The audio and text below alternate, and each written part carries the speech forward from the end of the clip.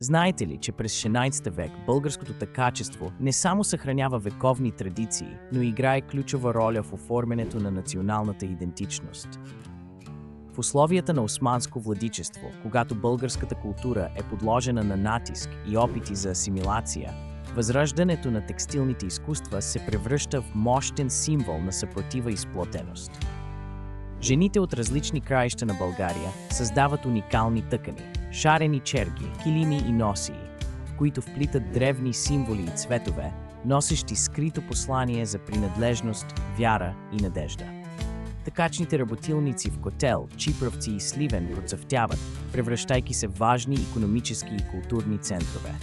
Ръчно изработените изделия не само задоволяват местните нужди, но и намират пазар далеч извън пределите на родината, утвърждавайки българската тъкачка като пазител на традицията и носител на нов дух. По този начин текстилното изкуство се превръща в невидим мост между поколенията и основа, върху която по-късно се изгражда националното самочувствие и стремеж към свобода.